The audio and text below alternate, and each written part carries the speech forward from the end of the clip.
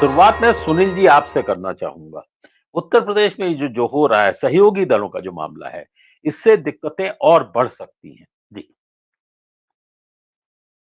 Unmute कर लीजिए। धन्यवाद अमरीश जी। हाँ, एनडीए गठबंधन में जो स्थितियां बन रही हैं उससे बीजेपी की तो स्थिति बिगड़ सकती है।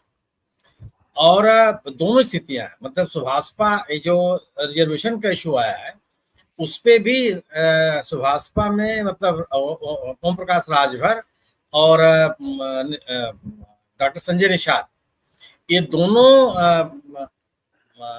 शेड्यूल कास्ट के आरक्षण के वर्गीकरण के पक्ष में, ये उसके विरोध में नहीं है। कल जो बंद हुआ था उसका इन्होंने विरोध किया और बाकायदा उन्होंने आरोप लगाया कि भारतीय जनता पार्टी और बहुजन समाज पार्टी, ये लोग जो अनुसूचित जाति के प्रतिष्ठित लोग हैं, जो बड़े लोग हो गए हैं, जिनको बहुत आरक्षण का लाभ मिल चुका है, केवल उन्हीं तक सीमित रखना चाहते हैं। तो एक तो क्लियर एकदम साफ साफ विभाजन नजर आ रहा है। भारतीय जनता पार्टी को स्टैंड नहीं ले पा रही, वो करेगी क्या? वो वर्गीकरण के पक्ष में है या नहीं है? अब उसको अपने इन सहयोगियों के दबाव में स्थिति स्पष्ट करनी पड़ेगी कि वह कहाँ खड़ी है, वो वर्गीकरण चाहती है या नहीं चाहती है। वो अजीब स्थिति उसकी हो गई। अगर वो वर्गीकरण के खिलाफ खड़ी होती है तो अपने सहयोगियों के भले उनके संपर्क में हो या उनका समर्थन कर दे, लेकिन फिर जो बड़ा एक वर्ग है दलितों का, उनका विरोध मोल लेना पड़ेगा। तो स्थिति यहाँ भी समन्वय की स्थिति बिगड़ी है। और निश्चित रूप से अगर सीटों की मांग होगी, और ये भी नहीं है जो मीरापुर की सीट है तो पिछली बार राष्ट्रीय लोकदल ने जीता ही था। भारतीय जनता पार्टी इस बार उस सीट किसी को नहीं देना चाहती। अगर आप मझवा की सीट की बात करेंगे तो उस पर निषाद पार्टी जीती थी और अपने सिंबल से जीती थी। बाकी जगहों पर तो वो भारतीय जनता पार्टी के सिंबल पर लड़ी है, लेकिन कई जगहों पर, लेकिन मझवा की सीट तो अपने सिंबल पर लड़के जीती थी। और उन्हीं के जीते हुए उम्मीदवार आए हुए हैं जो भदोही से एमपी हुए, डॉक्टर विनोद बिंद। तो अगर सहयोगियों के बीच में सीटों को लेकर के तनाव की स्थिति बनती है या कोई मतभेद पैदा होता है या असंतोष पैदा होता है तो यह भारतीय जनता पार्टी के लिए खतरनाक है। इसलिए भी कि इन 10 में से केवल 3 सीटें ऐसी रही हैं जिसमें भारतीय जनता पार्टी जीती थी पिछली बार, गाजियाबाद, खैर और फूलपुर। जिसमें फूलपुर सीट पे तो लोकसभा के चुनाव में वह उसका बहुत नुकसान हुआ। मतलब वह आप कह सकते हैं कि जो फूलपुर संसदीय क्षेत्र के सेगमेंट के रूप में जो उसको वोट मिला है भारतीय जनता पार्टी का उम्मीदवार को, जो वहाँ के सिटिंग एमएलए थे, उनको समाजवादी पार्टी के उम्मीदवार से कम वोट मिले, मतलब आप कह सकते हैं कि हार गया। उसी तरह खैर की अगर आप सीट बात करेंगे तो खैर की सीट पर जो मार्जिन है जीत का वो कम हो गया, केवल 1000 सीटों की बढ़त रह गई।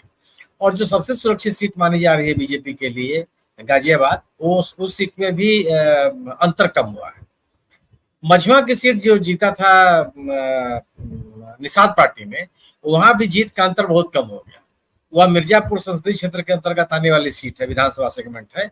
वहां अनुप्रिया पटेल जी की बढ़त केवल 1800 वोटों की रह गई, जबकि वह करीबन 25-30 हजार वोट के अंतर से जीता था विनोद में।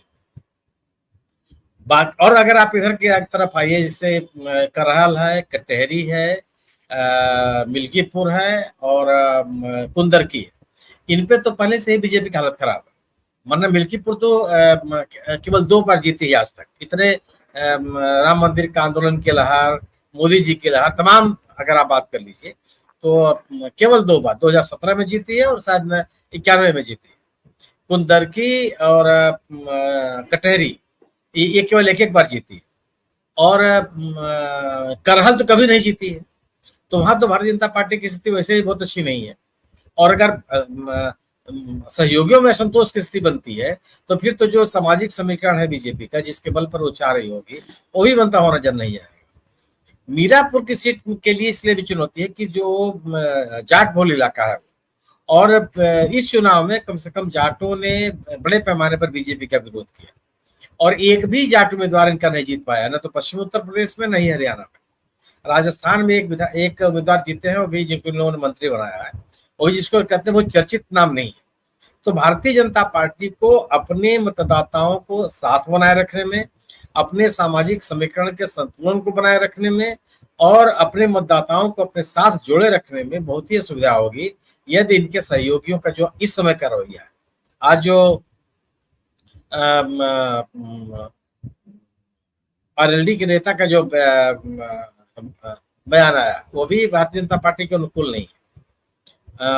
तो ये तीनों के जो तीनों प्रमुख सहयोगी है बीजेपी के, ये तीनों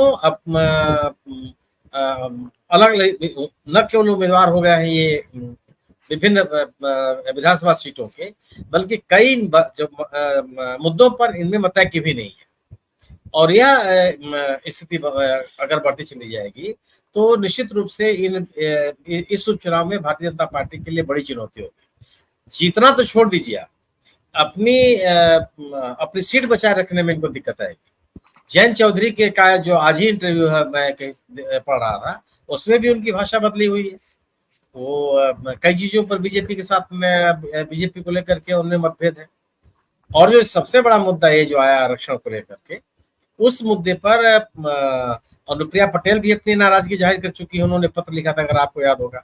जयंत चौधरी आरक्षण के विषय पर लेकर के गंभीर है। ओम प्रकाश राजभर की अलग आवाज है, डॉक्टर संजय निषाद की अपनी आवाज अलग आवाज है। आरक्षण के मुद्दे को लेकर के लोग भी मुखर है। तो यह भारतीय जनता पार्टी के लिए निश्चित रूप से चुनौती है। अब अपने हिंदुत्व के मुद्दे पर कितना अपने मतदाताओं को बांधे रख पाएगी, और अगर सामाजिक समीकरण उसका बिखरता है, जिसकी बहुत ज्यादा आशंका, तो यह 10 वैसे भी बहुत चुनौती बहुत भारतीय जनता पार्टी की मैं नहीं, निजी तौर पर मैं नहीं मान रहा था, क्योंकि 3 सीटें जीते हैं लोकसभा के चुनाव में, उन तीनों में स्थिति खराब हुई। और जो राजनीतिक कारण है बीजेपी के विरोध का, मेरा अपना मानना है कि वो राजनीतिक कारण अभी भी बने हुए हैं। Bharatiya Janata party course correction की स्थिति में नहीं है। सहयोगी दलों के बीच जो संतोष की स्थिति बन रही है, वह भारतीय जनता पार्टी के लिए शुभ नहीं है। जी।